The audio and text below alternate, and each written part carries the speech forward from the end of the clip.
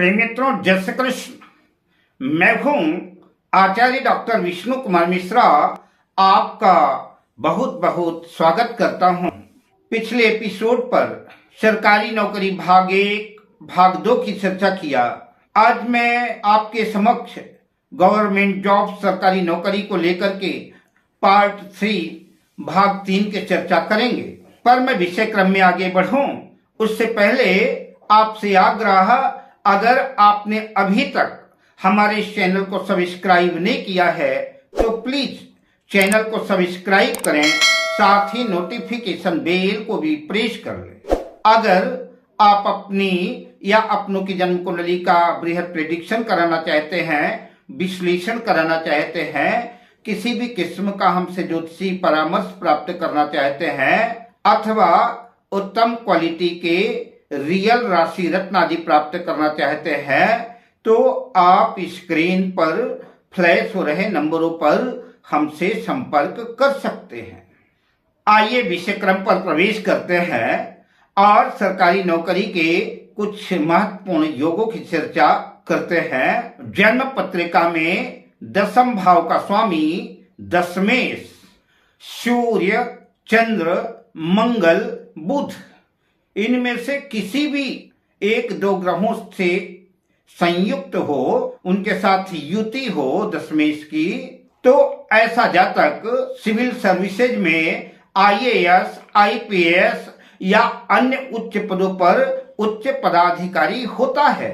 ऐसे जातकों के पास राजसी ठाट बाट सब कुछ रहता है। ऐसे जातक अत्यंत प्रतिभाशाली, भाग्यशाली होते हैं। अगर दशमेश देव गुरु बृहस्पति से युक्त हो तो ऐसा जातक सरकार से धनार्जन करता है।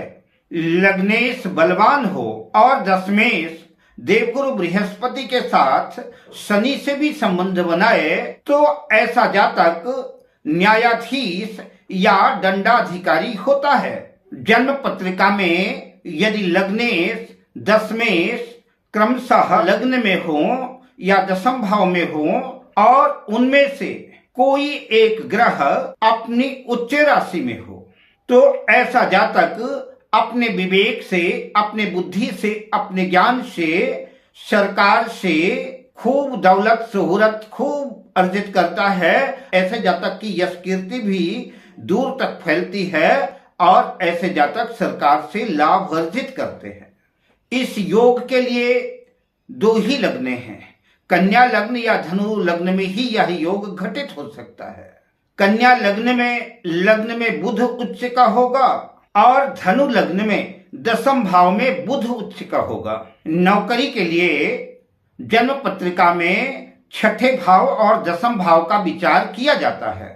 तो अगर जन्म पत्रिका में खष्ठेश और दशमेश का राशि परिवर्तन होता है, दशम भाव का स्वामी षष्ठम भाव में और षष्ठम भाव का स्वामी दशम भाव में स्थित होता है, तो नौकरी की प्रबल संभावना बनती है। या फिर दशमेश और खष्ठेश की युति हो, दशम भाव पर हो, षष्ठम भाव में हो, लग्न में हो या कि केंद्र त्रिकोण में कहीं भी हो, तो ऐसे व्यक्ति के नौकरी के योग बनते हैं। कदाचित दशमेश और खष्ठेश के साथ लग्नेश भी इन्वॉल्वमेंट हो जाए, योग और ज्यादा पक्का हो जाएगा। ऐसा जातक जो है अपने मेहनत से, अपने पराक्रम से, अपनी बुद्धि से, अपने विवेक से उच्च पदों पर आसीन होता है और ऐसा व्यक्ति सरकारी नौकरी पर रह करके दौलत शोहरत सब कुछ अर्जित करता है।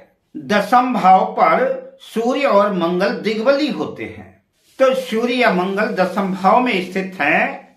षष्ठम भाव मजबूत है, बलवान है और दशम भाव का भी छठा भाव और दशम भाव अगर शुभ प्रभाव में है, मजबूत है, बलवान है, तो निश्चित रूप से ऐसे जातकों के सरकारी नौकरी के योग बनेंगे। ऐसा जातक सरकारी नौकरी करता है। अगर जन्म पत्रिका में लग्नेश, लग्न का स्वामी, दशम भाव का स्वामी दशमेश और षष्ठम भाव का स्वामी खष्ठेश नवमांश कुंडली में और दशमांश कुंडली में भी बलवान है, स्ट्रांग है, तो निश्चित रूप से सरकारी नौकरी का पक्का योग बनेगा। ऐसा जातक सरकारी नौकरी करता है। अगर नवमांश और दशमांश कुंडली में भी लग्नेश दशमेश अपनी स्वराशि उच्च राशि में है तो ऐसे जातक को बहुत कम उम्र में ही और ज्यादा अधिक मेहनत भी नहीं करनी पड़ेगी, अतिशीघ्र जो है बेहतर नौकरी मिलती है और कार्य क्षेत्र में भी ज्यादा कठिनाइयों का मुश्किलों का सामना नहीं करना पड़ता। अगर जन्म पत्रिका में लग्नेश और पंचमेश का दशम भाव से संबंध बनता है और लग्न कुंडली, नवमांश कुंडली, दशमांश कुंडली तीनों कुंडलियों में देव गुरु बृहस्पति बलवान है और उनकी दशम भाव पर दृष्टि है तो ऐसा जातक उच्च पदों पर पदासीन होता है, IAS, IPS उच्चाधिकारी होता है अथवा बहुत बड़े ओहदों पर मंत्री मिनिस्टर आदि ऐसा जातक हो सकता है। जन्म पत्रिका में दशम भाव चाहे कितना बलवान हो लेकिन जन्म पत्रिका का तृतीय भाव, षष्ठम भाव और नवम भाव कमजोर हैं, वीक हैं, तो ऐसी कंडीशन में ऊंचे पदों की नौकरी की चर्चा क्या करें। कई बार ऐसा जातक छोटी सी चपरासी की नौकरी के लिए भी तरस जाता है, चपरासी तक की नौकरी नहीं लगती। अतः दशम भाव का जो भाग्य भाव है वो छठा भाव है, तो दशम भाव का भाग्य भाव, छठा भाव मजबूत हो, छठा भाव नौकरी का भी भाव है और तृतीय भाव दशम भाव के शत्रु जो है, दशम भाव के शत्रु का भाव, तो तृतीय भाव जब बलवान होगा तो ऐसे जातक को अपने शत्रुओं से मुकाबला करने में ऐसा जातक सक्षम होगा और उसको नौकरी लगेगी ही। और भाग्य नवम भाव की तो बात ही क्या करें, नवम भाव भाग्य का भाव है तो भाग्य अगर साथ देता है तो इससे बढ़िया उत्तम बात क्या हो सकती है। इसलिए लग्नेश अच्छी पोजीशन में हो, दशम भाव का तो बलवान होना आवश्यक ही है, तृतीय भाव भी अच्छा हो, षष्ठम भाव भी अच्छा हो और नवम भाव भी अच्छा हो। जिनकी पत्रिका में ये भाव बढ़िया है उसकी सर्वत्र विजय होती है, वो मिट्टी को भी स्पर्श करता है तो मिट्टी भी सुवर्ण बन जाती है। ऐसे जातकों का भाग्य नित निरंतर साथ देता है।